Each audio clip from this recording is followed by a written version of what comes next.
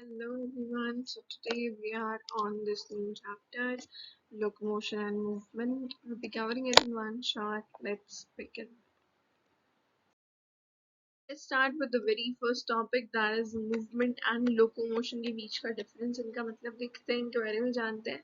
देखो, तो movement is any significant feature of living beings.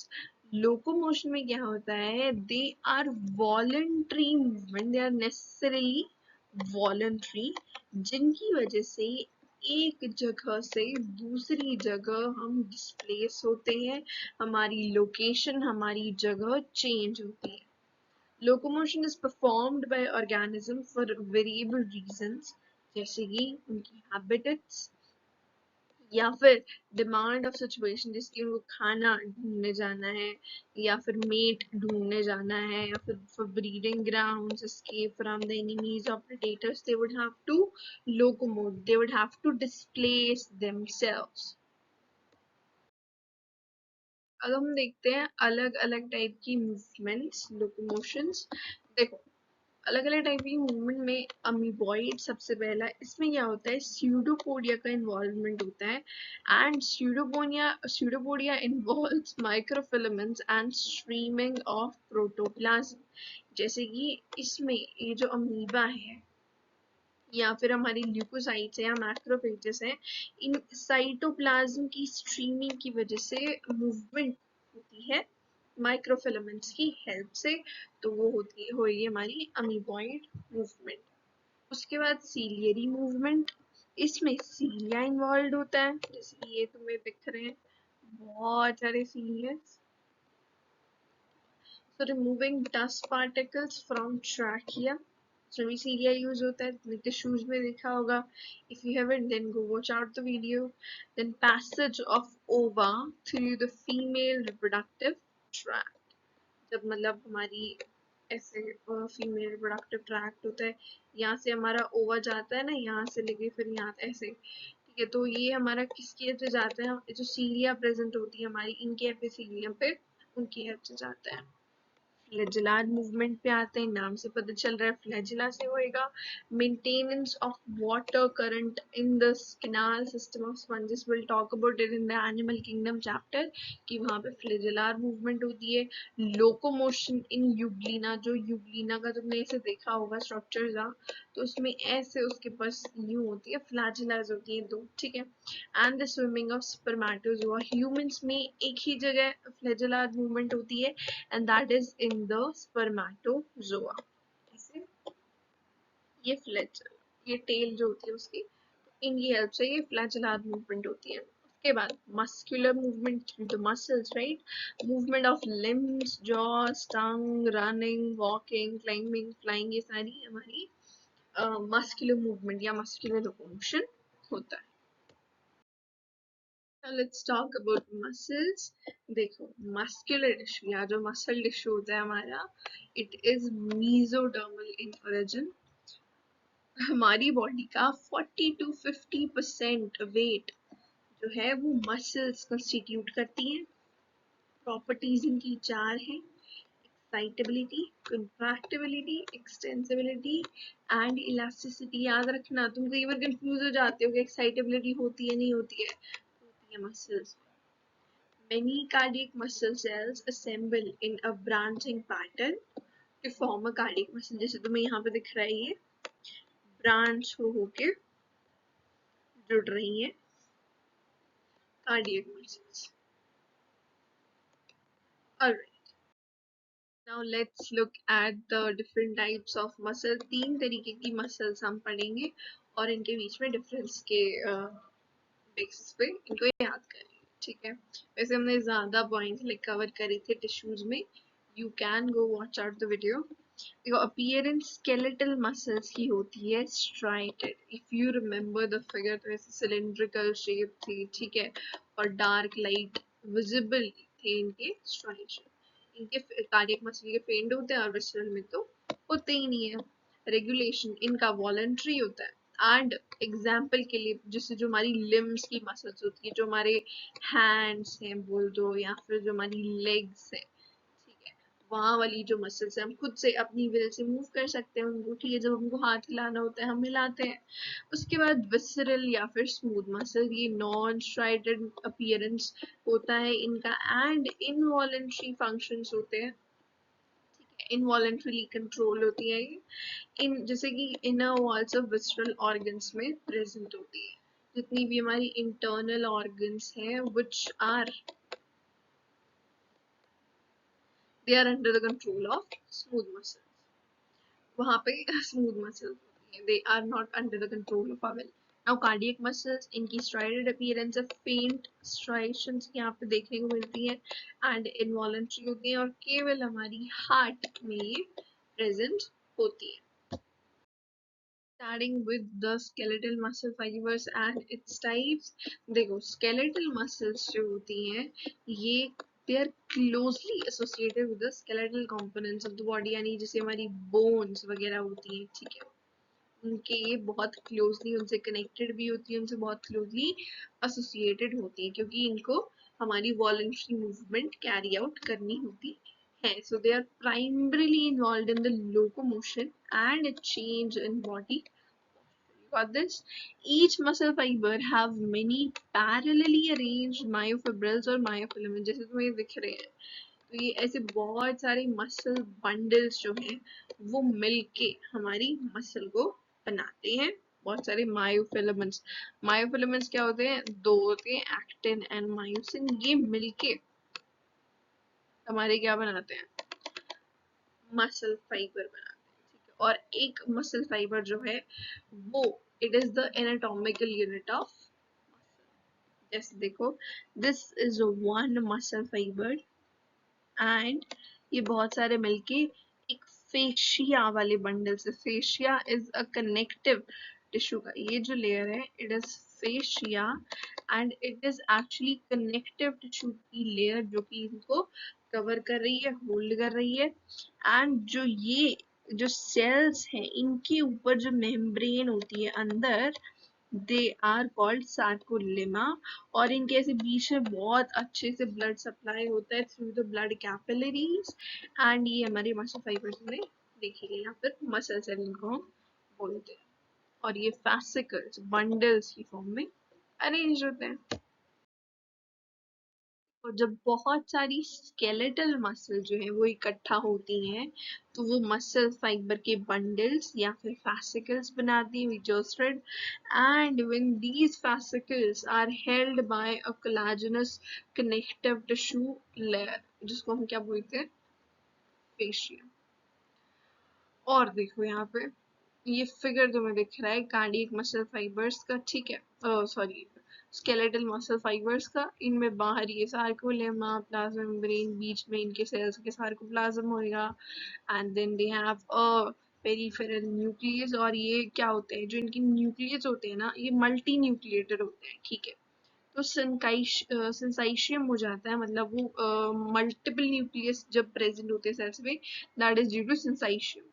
And इनके पास सार्कोप्लाज्मिक रेटिकुलम होते हैं जो कि हमारे कैल्शियम को स्टोर करते। देखो सार्कोप्लाज्मिक रेटिकुलम जो है ना वो रेड मसल फाइबर्स में कम होते हैं एंड वाइट मसल फाइबर्स में ज्यादा होते हैं। यूं ही माइटोकॉन्ड्रिया हमारी रेड में ज्यादा, मायोग्लोबिन रेड में ज्यादा, that's why it is red, and white में लेस होते हैं मायोग्लोबिन एंड माइटोकॉन्ड्रिया भी लेस होते हैं। रेस्पिरेशन की बात करूं मैं तो रेड मसल फाइबर्स में mainly aerobic respiration and white muscle fibres में mainly anaerobic respiration. Let's talk about myofilaments and the structure of contractile proteins जो कि है actin and myosin, ठीक है। Each myofibril has dark and light bands due to actin and myosin distribution that establish the striated appearance. कब आती है हमारी striated appearance? जब मान लो मायोसिन एंड एक्टिन हमारे ओवरलैप कर रहे हो, जहाँ पे that is the dark, and जहाँ पे ये अकेला हमारा मायोसिन है दैट इज द लाइट। तो ऐसे हमारी लाइट डार्क ऐसे स्ट्राइएशंस फिर ये बन जाती, स्ट्राइटेड अपीयरेंस हमको दिखता है। नाउ थिन या फिर एक्टिन फिलामेंट हमारा जेड लाइन से बाइसेक्ट होता है। देखो ये हमारा मान लो एक्टिन था, तो ये जो लाइन है दिस इज जेड लाइन। अगले स्लाइड में हमको फिगर भी दिखेगा। This is the Z line that is bisecting this I band or the thin film. ये जितनी I band की लेंथ है that is the actin filament वाली लेंथ को हम बोलते हैं। प्रोटीन्स कौन से हैं हमारे थिन फिलामेंट में? Actin, ट्रोपोमाइसिन and the troponin. Actin is actually the contractile protein and tropomyosin ये इसके parallelly यू रन करता है and regular intervals पे हमारा troponin 3 छोटी छोटी balls का group की form में present होता है। ये जो एक ball है इसको हम बोलेंगे यहाँ पे ग्लोबुलर एक्टिन एंड ये जो पूरी लेंथ है जब ये फिलामेंट्स की फॉर्म में प्रेजेंट है, जब ये बहुत सारी चेन बन गई इसकी, तो हम इसको बोलेंगे फिलामेंटस एक्टिन। ओके, नाउ कुछ पॉइंट्स देख लेते हैं, कुछ फीचर्स देख लेते हैं। एफ एक्टिन जो है it is helically arrange, helical new होता है, ठीक है, ऐसे हेलिक्स की फॉर्म में ये अरेंज है यहाँ पे। As you can see, tropomyosin runs close to F actin, उसके parallelly present होता है throughout its length. Troponin distributed at regular intervals on tropomyosin, we have seen it, ऐसे regular intervals present है, and it masks the active binding sites for myosin on the actin filaments. यहाँ पे bind करने की site होती है for the myosin जो कि हमारा ये जो है troponin है, it masks. Okay, now talking about the thick filament, यहाँ पे देखो ये जो है हमारा मायोसिन का स्ट्रक्चर है। इसमें एज यू कैन सी ये ऊपर वाला is the actin binding site, this is the ATP binding site for it, and ये इसका जो है this is known as the head, this is known as the cross। अगर तुम्हें दिख नहीं रहा हो कि वो ब्लैक से लिखा हुआ है, it won't be that visible। M line जो होती है वो होल्ड करके रखती है हमारे थिक फिलामेंट को। M line is a thin fibrous membrane. एक प्रोटीन यहाँ पे प्रेजेंट है which is myosin contractile protein, you seen it. And देखो मेरोमायोसिन्स की फॉर्म में, एमएम्स की फॉर्म में ये जो है मायोसिन है वो प्रेजेंट होता है। मायोसिन की छोटी यूनिट इज द मेरोमायोसिन। मेरोमायोसिन के अब देखो दो पार्ट है, तुम्हें इस ये वाला जो फिगर है भी दिख रहा होगा। This upper part is known as the head, which is the heavy meromycin. Short arm भी इसको हम बोलते हैं, and cross arm is this whole thing, and short arm is this heavy meromycin। और जो tail होती है इसकी that is known as our light chain या फिर light meromycin। Now they project outwards at regular distance। अब ऐसे ये प्रेजेंट है एंड ये ऐसे बाहर प्रोजेक्ट कर रहा है, ऐसे प्रेजेंट है ऐसे बाहर प्रोजेक्ट कर रहा है ना, तुम्हें दिख रहा होगा। and angle from each other from the surface of the polymerized myosin filament and is known as the cross arm। जो ये बाहर निकल रहा है ना, इसको ही हम बोलते हैं क्या? क्रॉस आर्म, जो बाहर प्रोजेक्ट करता है। Mechanism of the muscle contraction in sliding filament theory, let's talk about this one। देखो जो contraction होता है muscle fibers का, it takes place by sliding of thin filaments over the thick filaments। ये जो हमारे thin filaments थे ये जब थिक फिलामेंट्स पे स्लाइड करते हैं, देखो जैसे ये तुम्हें दिख रहा है इस एक्टिन फिलामेंट, ये हमारा जब स्लाइड करेगा इस मायोसिन फिलामेंट पे तो हमारा कॉन्ट्रैक्शन होता है। A motor neuron along with the muscle fibres connected to it constitute a motor unit. Motor neuron plus the write it down, motor neuron plus जो हमारा मसल फाइबर है they constitute the motor unit। Let's look at the actual mechanism जो कि वहाँ पे होता है हमारी मसल्स में।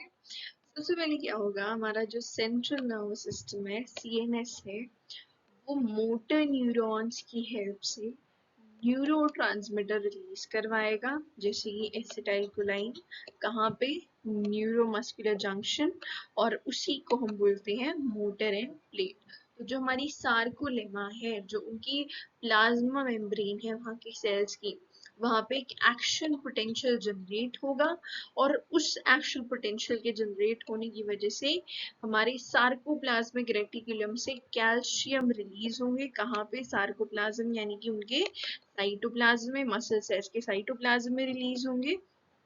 और Ca2+ यहाँ पे फिर बढ़ गया हमारा, कहाँ पे, सार्कोप्लाज्म में।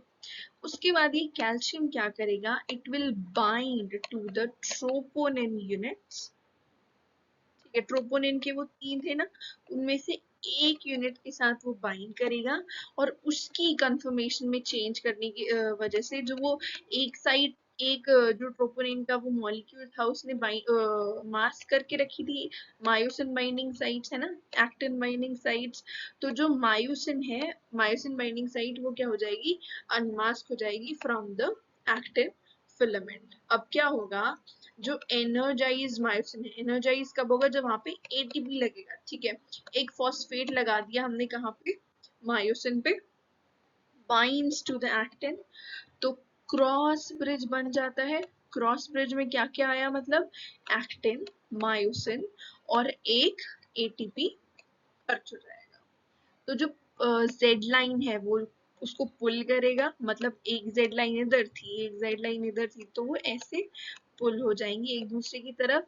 यानी कि जो आई बैंड है, यहाँ पे आई बैंड की लेंथ कम होगी, ए बैंड सेम ही रहेगा, और जो थिन फिलामेंट्स है they are pull towards centre, यानी कि एम लाइन की तरफ वो पुल हो जाते हैं। तो आई बैंड कम हो रहा है, ए बैंड सेम रह रहा है, उसकी लेंथ सेम रह रही है, एंड मसल फाइबर की शॉर्टनिंग हो रही है, ये याद रखना तुम।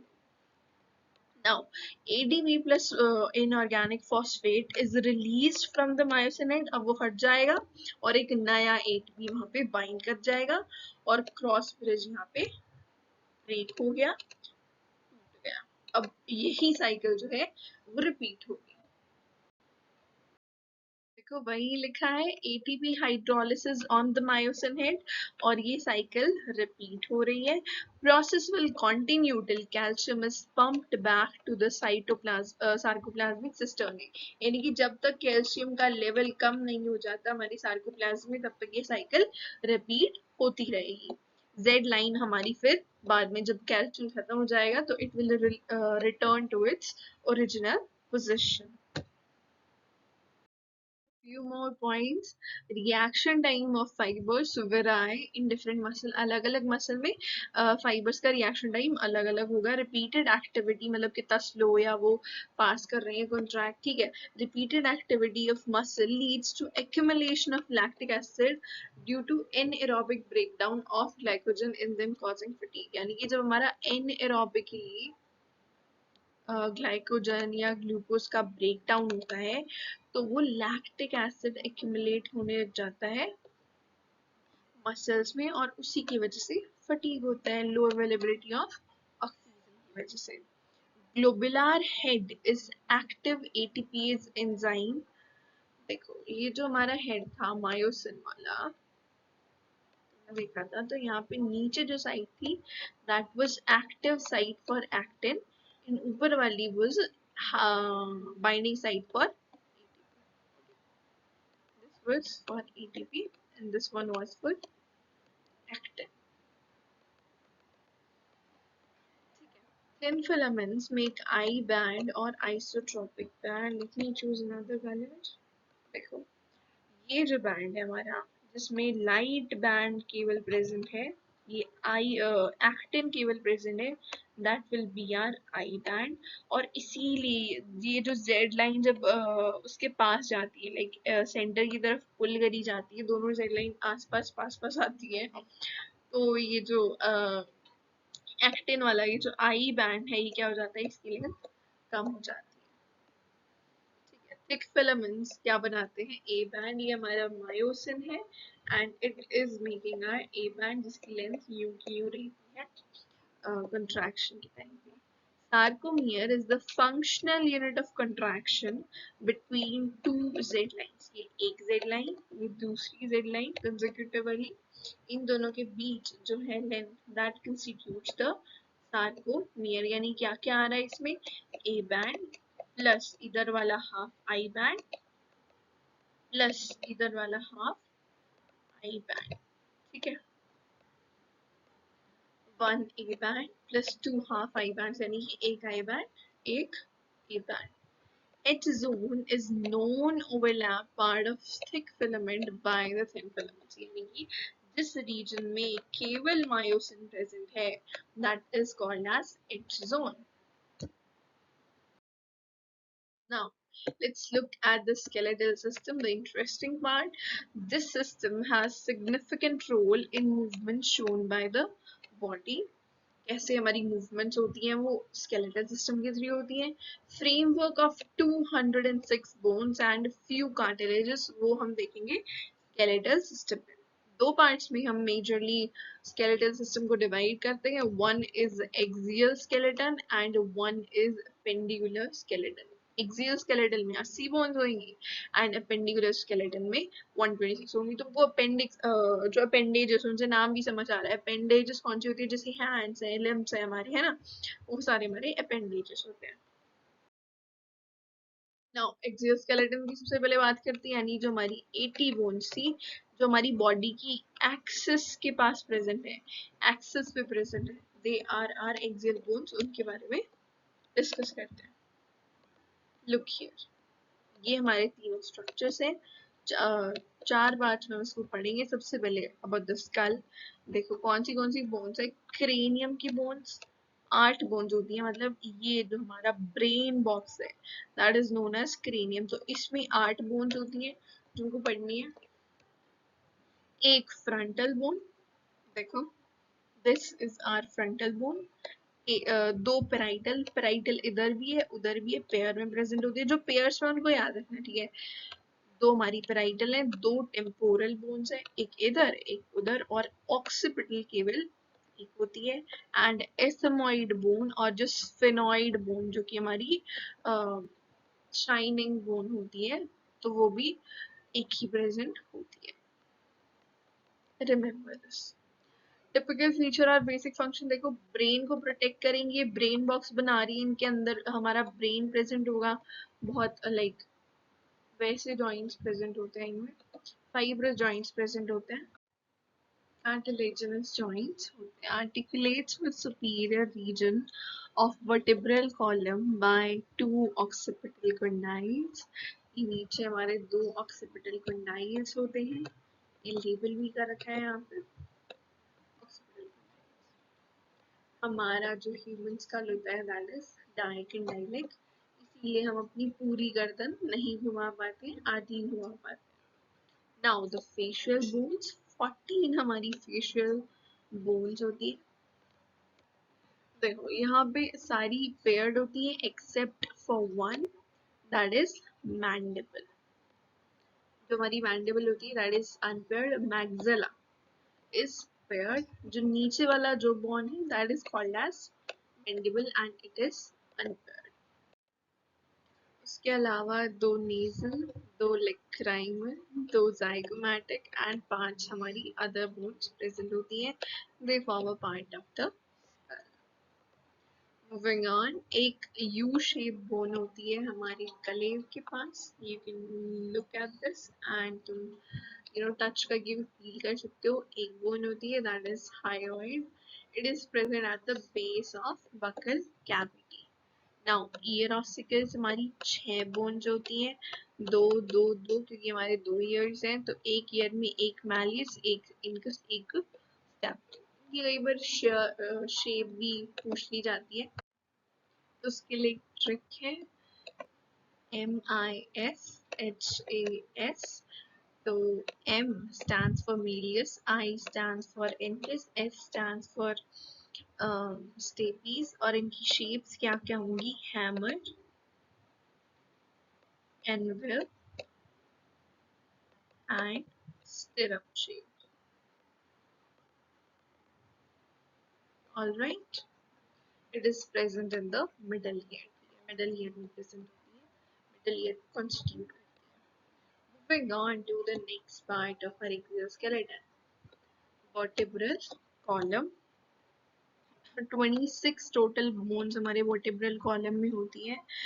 डॉर्सल वर्टिब्रेस जो होते हैं they are serially arrange unit ऐसे ऐसे ऐसे ऐसे. तुम्हें फिगर में भी दिख ही रहा होगा ये यूं अरेंज है. तो 26 बोन्स यहाँ पे होती है. सबसे ऊपर cervical vertebra, then thoracic vertebra, then lumbar vertebra and बीच में होती है हमारी इंटरवर्टिब्रल डिस्क जो कि उनको कनेक्ट करती हैं. आखिर में हमारे पास सैक्रम है. 5 बोन्स होती है जो कि फ्यूज हो जाती है. 4 होती है कोकाइटल बोन्स जो कि फ्यूज होके एक बना देती है. नाउ टिपिकल फीचर और द बेसिक फंक्शंस रीड करते हैं. मेन फ्रेमवर्क ऑफ ट्रंक ये बनाती है. इसको होल्ड करके रखने का हमारा जो बॉडी स्ट्रक्चर है वो काम करती है. They protect the spinal cord. जो हमारी वर्टिब्रल कॉलम की बॉन्ड्स हैं वो क्या करेंगी, इनके बीच से स्पाइनल कॉर्ड यूं पास होती है यहाँ से ऐसे. तो उसको कनेक्ट करती है. Support the head. Point of attachment of ribs and muscles of the back. की जो हमारी ये रिब केज की जो बोन्स होती है, रिब्स जो होती है वो भी यहाँ पे आके आर्टिकुलेट करती है.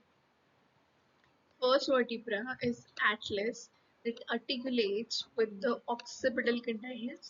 यहाँ पे occipital condyles हैं जो यहाँ से directly कौन सा attached होता है, atlas vertebra attached होता है. 7 cervical vertebrae exist in almost all the mammals.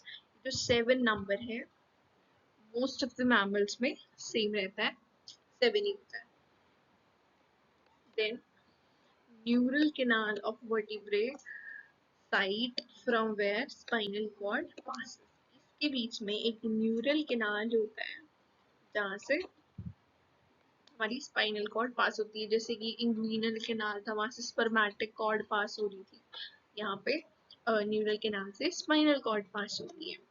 And तुमने देखा कि thoracic vertebrae 12, lumbar vertebrae 5. Now sternum की बात करते हैं. It is the chest bone. एक बोन होती है जो कि फ्लैट प्रेजेंट होती है. यहाँ पे देखो ऐसे प्रेजेंट होती है. It is a flat bone on the ventral mid line of the thorax. ये हमारी थॉरैक्स कैविटी है और इसकी मिड लाइन पे ये हमारी पूरी थॉरैक्स कैविटी है. जैसे रिब्स वगैरह तो इसकी मिड लाइन पे स्टर्नम प्रेजेंट. हाँ देखो अब रिब्स यहाँ पे ये स्टर्नम. 3 तरीके की रिब्स हम डिवाइड कर सकते हैं. True ribs, false ribs and floating ribs. True ribs हमारी 14 होती हैं. वर्टिब्रोस्टर्नल जो कि वर्टिब्रे से भी कनेक्ट हो रही है, आर्टिकुलेट कर रही है और हमारी स्टर्नम से भी ज्वाइन हो रही है. 3 पेयर्स होते हैं हमारी वर्टिब्रोकॉन्ड्रल रिब्स की जो कि हमारी ये 7th रिब से आके ज्वाइन हो जाती है. एंड देन 2 पेयर्स होते हैं हमारे वर्टिब्रल रिब्स के जो कि फ्लोट करती है. उनने तो सारी चीजें मजाक में ले ली कि भाई वो ना तो स्टर्नम से जुड़ रही है ना 7th रिब से जुड़ रही है, वो केवल वर्टिब्रे से जुड़ रही है. फ्लोटिंग रिब्स उनको बोलते हैं. Now, attached dorsally to the vertebrae and ventrally to the sternum with hyaline cartilage के थ्रू ज्वाइन करती है. और ये हमारी वर्टिब्रोस्टर्नल थी. वर्टिब्रोकॉन्ड्रल क्या करेंगी, they are not directly attached to the sternum पर 7th रिब से ज्वाइन होती है थ्रू द हाइलिन कार्टिलेज. 8 से 10th पेयर तक वाली मतलब 6 बोन्स. और वेंट्रली कनेक्ट ही नहीं होती, वो कौन सी होती है, वर्टिब्रल होती है. 11th and 12th pair.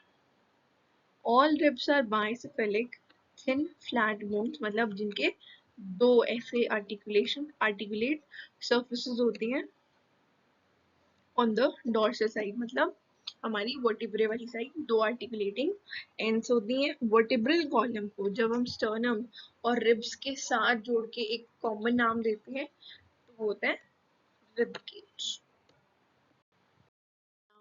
Let's look at the appendicular skeleton. इसमें होती हैं टोटल 126 bones.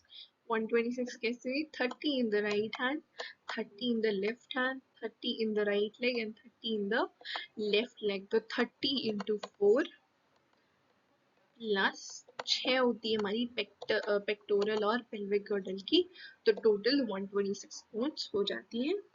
गर्डल्स क्यों प्रेजेंट होते हैं? ताकि जो हमारा एक्सियल स्केलेटन है, जो एक्सिस के अलोंग हमारा स्केलेटन है, उसके साथ, उसके बोन्स के साथ इनको आर्टिकुलेट करवाने के लिए, जोड़ने के लिए स्केपुला और डॉर्सल ट्रायंगुलर फ्लैट बोन पीछे वाली साइड प्रेजेंट होती है। It mean mark it here. Yellow वाला चूज करेंगे, that will be more visible I guess. देखो यहाँ पे ये जो तुम्हें बोन दिख रही है, that is triangular flat bone called scapula. यहाँ पे एक है और ऐसे ही यहाँ पे ये होती है, ठीक है, वो ऐसे प्रेजेंट होती है। हैव एलिवेटेड रिज और स्पाइन, जो कि आगे बढ़ के हमारी क्या बनती है? This is the elevated ridge, acromion process, and it gives rise to this bone that is called the beauty bone, हमारी clavicle. Okay, glenoid cavity is in scapula, articulates with humerus. यहाँ पे होती है हमारी glenoid cavity, यहाँ पे होती है glenoid cavity and it is articulating with the humerus, हमारे hand वाली सबसे पहली बोन, ये वाली shoulder वाली बोन, और क्या बनाते हैं साथ मिलके यहाँ पे? shoulder joint, ठीक है। now moving on to the leg वाली bones, जो acetabulum होता है, it is formed by the fusion of 3 bones. कौन सी? ilium, ischium and pubis. ये तो दिख रही है ilium, ischium एंड प्यूबिस, ये जुड़ के क्या बनाती है? एसिटाबुलम। वही एसिटाबुलम उसमें भी था ना, लिवर फ्लूइड में का जो हमने फिगर देखा था, यूं कुछ होता है, यहाँ पे वो एसिटाबुलम प्रेजेंट होता है। With femur, it articulates with the femur to form the, और यहाँ पे ये फीमर वाली बोन के साथ, हमारी थाई वाली बोन के साथ आर्टिकुलेट करके क्या बना रही है? हिप जॉइंट बना रही है। Now, two halves of the pelvic girdle meet ventrally to form the pubic symphysis. ये वाला और ये वाला जो हमारे pelvic girdle के दोनों पार्ट्स हैं, दे ज्वाइन वेंट्रली, आगे वाली साइड मतलब हमारी स्टमक वाली साइड ज्वाइन करेंगे और प्यूबिक सिम्फाइसिस बनाएंगे, जो कि किससे ज्वाइन होता है? Fibrous cartilage.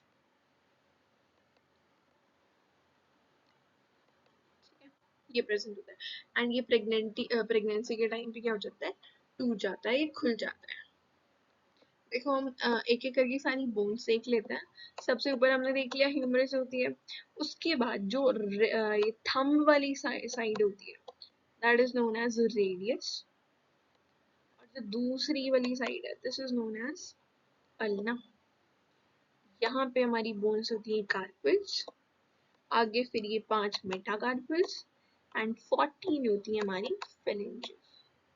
5 हमारी मेटाकार्पल्स, 8 कार्पल्स, एक रेडियस, एक अल्ना, एक ह्यूमरस, एक स्कैपुला, ये सारी बोन्स है।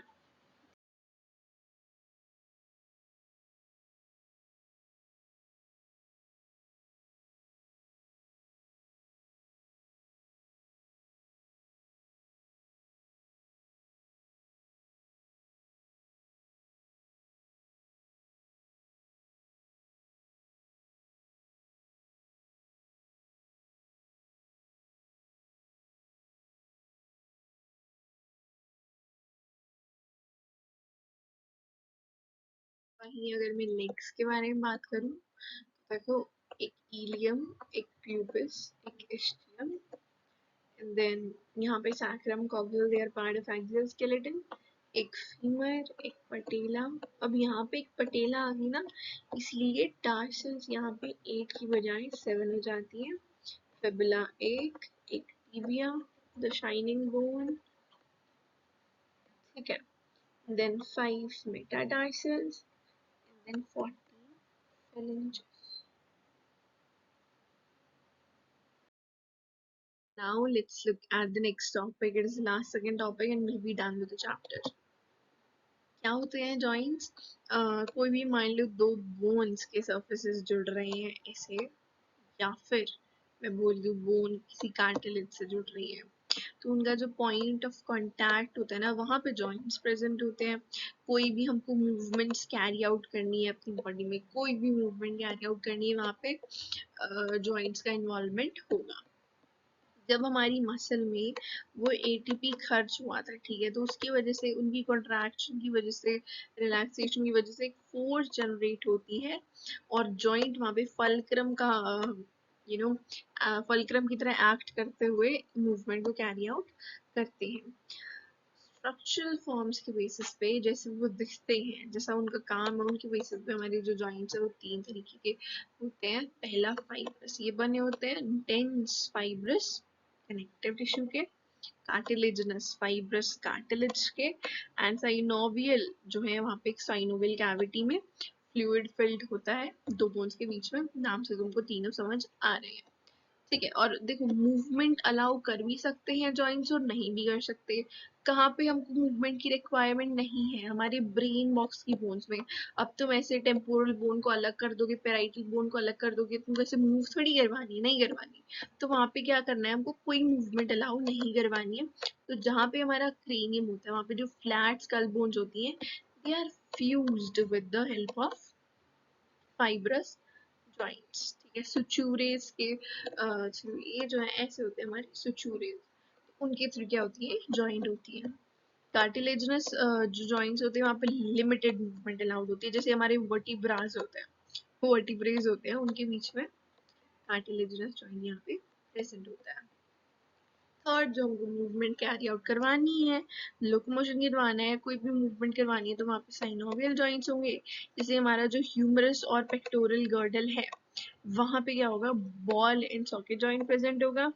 एटलस और एक्सिस के बीच में जो हमारे वो सर्वाइकल वर्टिब्रा था, ठीक है, फर्स्ट वो एटलस था, सेकंड वाला हमारा एक्सिस है, उनके बीच में पाइवट जॉइंट प्रेजेंट होता है. कार्पल्स के बीच में ग्लाइडिंग जॉइंट प्रेजेंट होता है. और जो हमारे कार्पल एंड मेटाकार्पल है, थंब की, वहां पे क्या होता है, सैडल जॉइंट. ये याद रखना, थंब की, कार्पल और मेटाकार्पल के बीच में सैडल जॉइंट प्रेजेंट होता है. नाउ द लास्ट टॉपिक, आपको डिसऑर्डर्स पढ़ने हैं. हम 6 डिसऑर्डर्स के बारे में यहाँ पे डिस्कस करेंगे. देखो, सबसे पहले myasthenia gravis. This is a auto immunity disorder. ये सब ज्यादा पूछा जाता है कि muscular dystrophy is the genetic one and myasthenia gravis is the auto immunity वाली. इम्पैक्ट क्या होगा अगर वो माइस्थेनिया ग्राविस होगी तो? जो हमारा न्यूरो मस्कुलर जंक्शन है वो इफेक्ट होता है, फटीग हो जाएगा, वीकनिंग हो जाएगा किनका, स्केलेटल मसल का, एंड इवन पैरालिसिस भी हो सकता है. Then about the muscular dystrophy, genetic होती है, and progressive degeneration of the skeletal muscles. This. Now टेक्नाई क्या होता है इसमें, कैल्शियम लेवल क्या हो जाता है हमारा, कम हो जाता है. और ये कम होगा तो वाइल्ड कॉन्ट्रैक्शंस होंगी, रैपिड स्पैज़म्स होंगे हमारे मसल्स में. कैल्शियम इन्वॉल्व था ना वहाँ पे, जो सार्कोप्लाज्मिक रेटिकुलम से निकल रहा था, तो उसी की वजह से रैपिड स्पैज्म हो जाएंगे अगर वो कम हो गया तो. अर्थराइटिस से क्या होगा, जो हमारे जॉइंट्स हैं उनका इन्फ्लेमेशन हो जाता है. अबाउट द गाउट, हमारा जो यूरिक एसिड की क्रिस्टल्स हैं दे विल बी एक्यूमुलेटेड, और इससे भी वही इन्फ्लेमेशन ऑफ जॉइंट्स हो जाएगा. ऑस्टियोपोरोसिस से क्या होगा, it is an age related disorder, जहाँ पे ईस्ट्रोजन कम होने की वजह से जो हमारी बोन्स है वो क्या हो जाते हैं, उनका जो बोन का जो मास है दैट डिक्रीजेस, एंड फ्रैक्चर्स के जो चांसेस है वो इंक्रीज हो जाएंगे. क्यों? क्योंकि हमारी बोन्स क्या है, वीक हो जा रही है. So this was the end of this chapter. We'll meet in the next class. Thank you.